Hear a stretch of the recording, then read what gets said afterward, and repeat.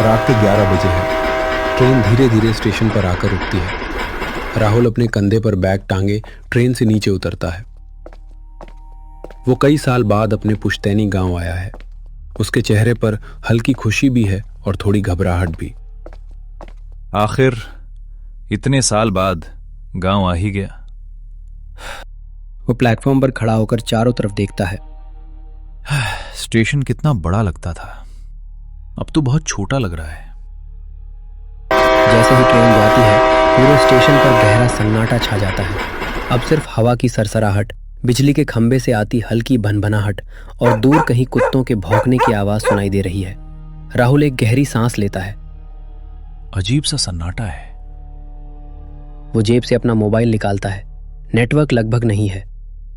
अरे, यहां तो नेटवर्क भी नहीं आ रहा। वो 2-3 कदम इधर उधर चलता है और मोबाइल ऊपर उठाकर सिग्नल पकड़ने की कोशिश करता है। एक लाइन भी नहीं। अब किसे फोन करूं? वो मोबाइल वापस जेब में रख देता है। राहुल प्लेटफॉर्म के आखिरी छोर तक जाता है।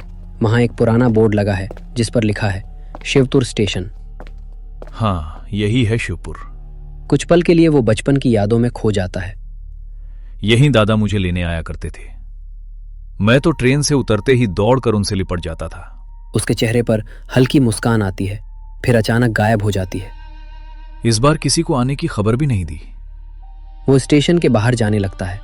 रास्ते में टिकट खिड़की बंद पड़ी है। वेटिंग रूम का दरवाजा आधा खुला है। अंदर कोई नहीं है।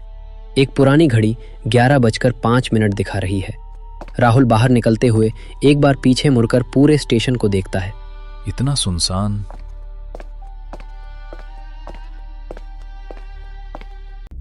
शहर में रहकर ज्यादा ही डरपोक हो गया हूं। वो बैग ठीक करता है और स्टेशन के बाहर पहुंच जाता है। लेकिन दादा दादी का घर किस तरफ होगा? चलो किसी से पूछ लेता हूं। बाहर 2-3 छोटी दुकानें खुली हैं। एक चाय की दुकान पर कुछ लोग चाय पी रहे हैं। एक पान की दुकान आधी बंद हो चुकी है। सड़क लगभग खाली है। राहुल स्टेशन से बाहर निकलता है। बाहर एक छोटी सी सड़क है। सड़क के किनारे 3-4 पुरानी दुकानें हैं। एक चाय की दुकान, एक पान की दुकान और एक किराने की छोटी दुकान। ज्यादातर दुकानें बंद हो चुकी हैं। सिर्फ 2 दुकानों में हल्की पीली रोशनी जल रही है। हवा धीरे धीरे चल रही है। दूर कहीं झींगुरों की आवाज सुनाई दे रही है।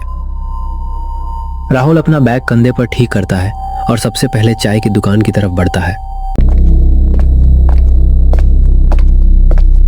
नमस्ते काका। नमस्ते बेटा, इतनी रात में आए हो? जी, अभी ट्रेन से उतरा हूं। अच्छा, कहाँ जाना है? मुझे राम स्वरूप जी का घर ढूंढना है। उनकी पत्नी का नाम कमला देवी है। राम स्वरूप? कौन राम स्वरूप? उनकी पत्नी का नाम कमला देवी है। दुकानदार सिर हिलाता है। माफ करना बेटा, याद नहीं आ रहा। कोई बात नहीं, धन्यवाद। राहुल आगे बढ़ जाता है। वो दूसरी दुकान पर पहुंचता है। पान वाला अपनी दुकान बंद करने की तैयारी कर रहा है। भैया, एक बात पूछनी थी। हाँ पूछो।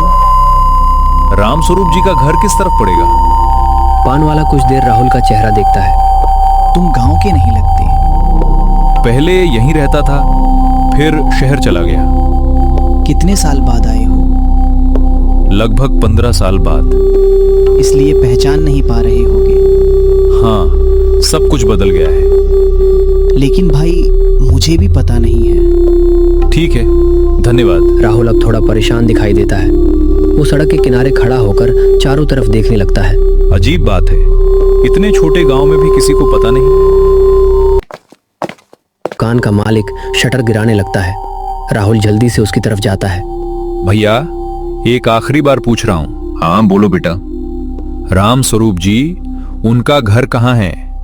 दुकानदार कुछ पल चुप रहता है। बेटा, मैं इस गांव में नया हूं। सिर्फ 1 साल पहले ही आया हूं। ओह, ठीक है। दुकानदार शटर बंद कर देता है और चला जाता है। अब सड़क लगभग खाली हो चुकी है। दूर तक कोई दिखाई नहीं दे रहा। राहुल अकेला खड़ा है। अब क्या करूं? वो आसमान की तरफ देखता है। काश पहले फोन कर दिया होता। वो धीरे धीरे सड़क पर चलने लगता है। उसके कदमों की आवाज सुनसान सड़क पर साफ सुनाई दे रही है। अचानक पीछे से किसी के पैरों की हल्की आहट सुनाई देती है। राहुल रुक जाता है। वो पीछे मुड़कर देखता है, लेकिन वहां कोई नहीं होता। शायद मेरा वहम होगा। वो फिर चलने लगता है। तभी पीछे से एक साफ आवाज सुनाई देती है। राहुल तुरंत रुक जाता है। उसके चेहरे पर हैरानी साफ दिखाई देती है। राहुल धीरे धीरे पीछे मुड़ता है। सड़क के किनारे पर एक युवक खड़ा था। वो युवक आवाज लगाता है। इतने साल बाद गांव याद आया? राहुल ध्यान से उसका चेहरा देखता है। कुछ पल बाद उसकी आंखें चमक उठती हैं। अरे सुमित! दोनों एक दूसरे के पास आते हैं। काम ही इतना था, निकल नहीं पाया। कोई बात नहीं, आखिर आ तो गया। तू बिल्कुल नहीं बदला। और तू शहर वाला बन गया। मैं दादा दादी का घर ढूंढ रहा था। चल, मैं छोड़ देता हूँ। सच? बहुत अच्छा हुआ तू मिल गया। दोस्त इसी दिन काम आते हैं। दोनों साथ साथ चलने लगते हैं। दोनों कच्चे रास्ते पर धीरे धीरे चलते जा रहे हैं। यार गांव पहले से साफ लग रहा है। हाँ, पिछले कुछ सालों में बहुत बदलाव आया है। और तू क्या करता है आजकल? बस गांव में ही रहता हूँ। खेती करता है? थोड़ा बहुत, जो मिल जाए। मैं तो जयपुर में नौकरी करता हूँ। अच्छा, कैसी चल रही है? ठीक है, बस काम बहुत रहता है। शहर की जिंदगी आसान नहीं होती। बिल्कुल नहीं। कभी कभी गांव बहुत याद आता था, इसलिए लौट आया। हाँ, दादा दादी की भी बहुत याद आती थी। याद है बचपन में हम इसी रास्ते पर दौड़ लगाते थे। हाँ, और तू हमेशा हार जाता था। अरे झूठ मत बोल। कुछ बातें कभी नहीं बदलती। तुझसे मिलकर बहुत अच्छा लगा। मुझे भी। आगे दूर एक पुराना घर दिखाई देने लगता है। देख, वही रहा तुम्हारा घर।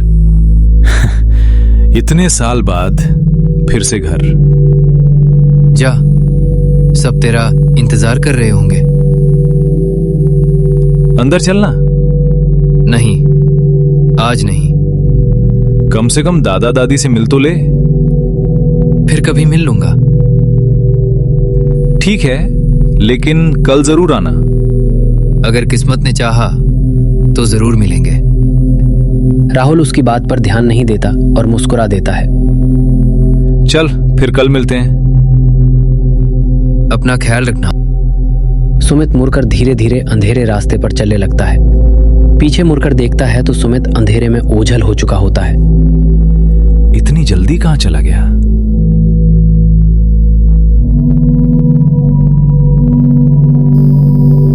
राहुल घर के बाहर खड़े होकर अपनी दादी को आवाज लगाता है। अंदर से कमला दादी बाहर आती। राहुल बेटा, कैसी हो दादी? अब तो आ गया, सब ठीक है। अंदर से राम स्वरूप दादा बाहर आते हैं। अरे राहुल, आ गया बेटा। दादा, बहुत दिनों बाद मिलना हुआ। चल अंदर, पहले खाना खा ले। तीनों घर के अंदर चले जाते हैं। आजा बेटा, पहले खाना खा ले। दादी, आपके हाथ का खाना बहुत याद आता था। राहुल नीचे बैठ जाता है। दादी उसके सामने खाना परोसती हैं। राम स्वरूप दादा भी पास में बैठ जाते हैं। शहर में सब ठीक चल रहा है? बस काम थोड़ा ज्यादा रहता है। इसीलिए इतने साल नहीं आया? हाँ, लेकिन अब हर साल आऊंगा। बस यही सुनना था। कुछ देर तक वे आराम से खाना खाते हुए पुरानी बातें करते हैं। तुझे गांव पहचानने में दिक्कत तो नहीं हुई? थोड़ी हुई थी। स्टेशन पर किसी को आपका पता भी नहीं मालूम था।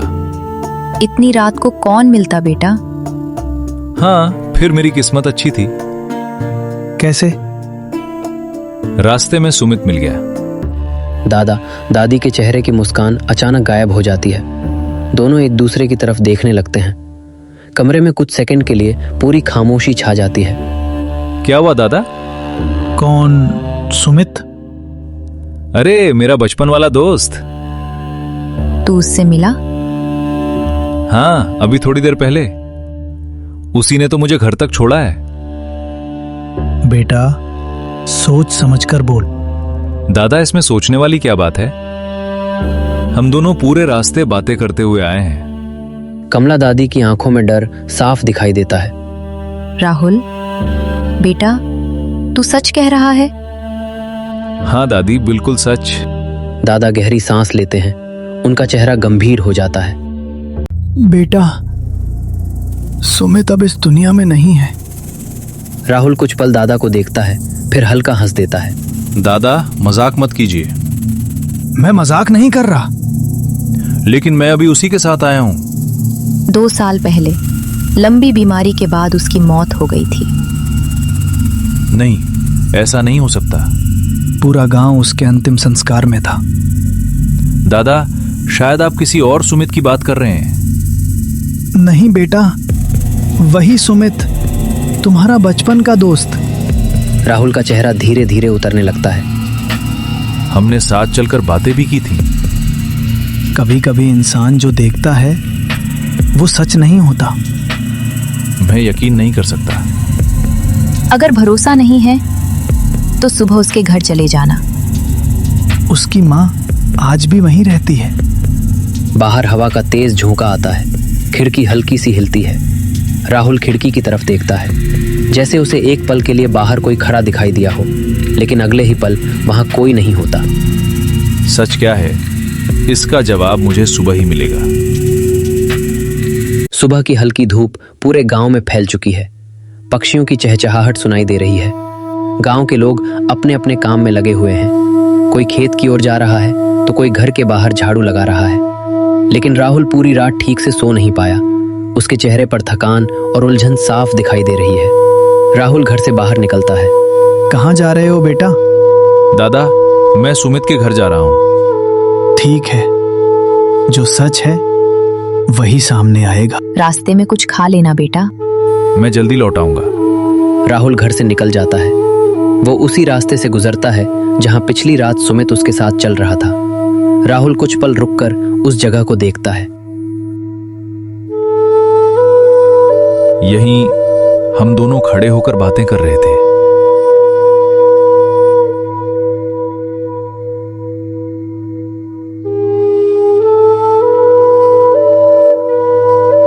कुछ मिनट बाद राहुल एक छोटे से पुराने घर के सामने पहुंचता है।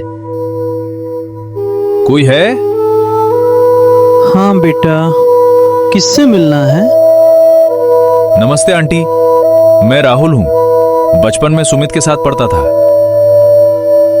नमस्ते बेटा। महिला कुछ पल राहुल को ध्यान से देखती है। तुम राहुल? जी? आओ बेटा, अंदर आ जाओ। इतने साल बाद गांव आए हो? जी आंटी, कल रात ही आया हूँ। अच्छा किया बेटा। आंटी, सुमित घर पर है क्या? ये सुनते ही महिला का चेहरा बदल जाता है। उनकी आंखें भर आती हैं। बेटा, तुम्हें किसी ने कुछ नहीं बताया? क्या हुआ आंटी? महिला धीरे धीरे दीवार पर टंगी फोटो की तरफ इशारा करती हैं। राहुल मुड़कर देखता है। फोटो में सुमित की तस्वीर पर माला चढ़ी हुई है। राहुल कुछ सेकंड तक बिना कुछ बोले फोटो को देखता रही। चेस, ये माला क्यों? महिला की आंखों से आंसू निकल आते हैं। 2 साल पहले सुमित बहुत बीमार पड़ गया था। डॉक्टरों ने बहुत कोशिश की, लेकिन मेरा बेटा नहीं बच सका। नहीं, ये सच नहीं हो सकता। यही सच है बेटा। पूरा गांव उसकी अंतिम यात्रा में शामिल था। राहुल धीरे धीरे फोटो के पास जाता है। लेकिन कल रात? क्या हुआ था कल रात? कल रात स्टेशन पर वही मुझे मिला था। वो पूरे रास्ते मेरे साथ चलता रहा। उसने मुझे यहीं गांव तक पहुंचाया। महिला कुछ नहीं बोलती। उनकी आंखों से आंसू बहने लगते हैं। सुमित हमेशा कहता था, अगर राहुल कभी गांव वापस आया तो सबसे पहले मैं उसी से मिलूंगा। राहुल की आंखों में भी आंसू आ जाते हैं।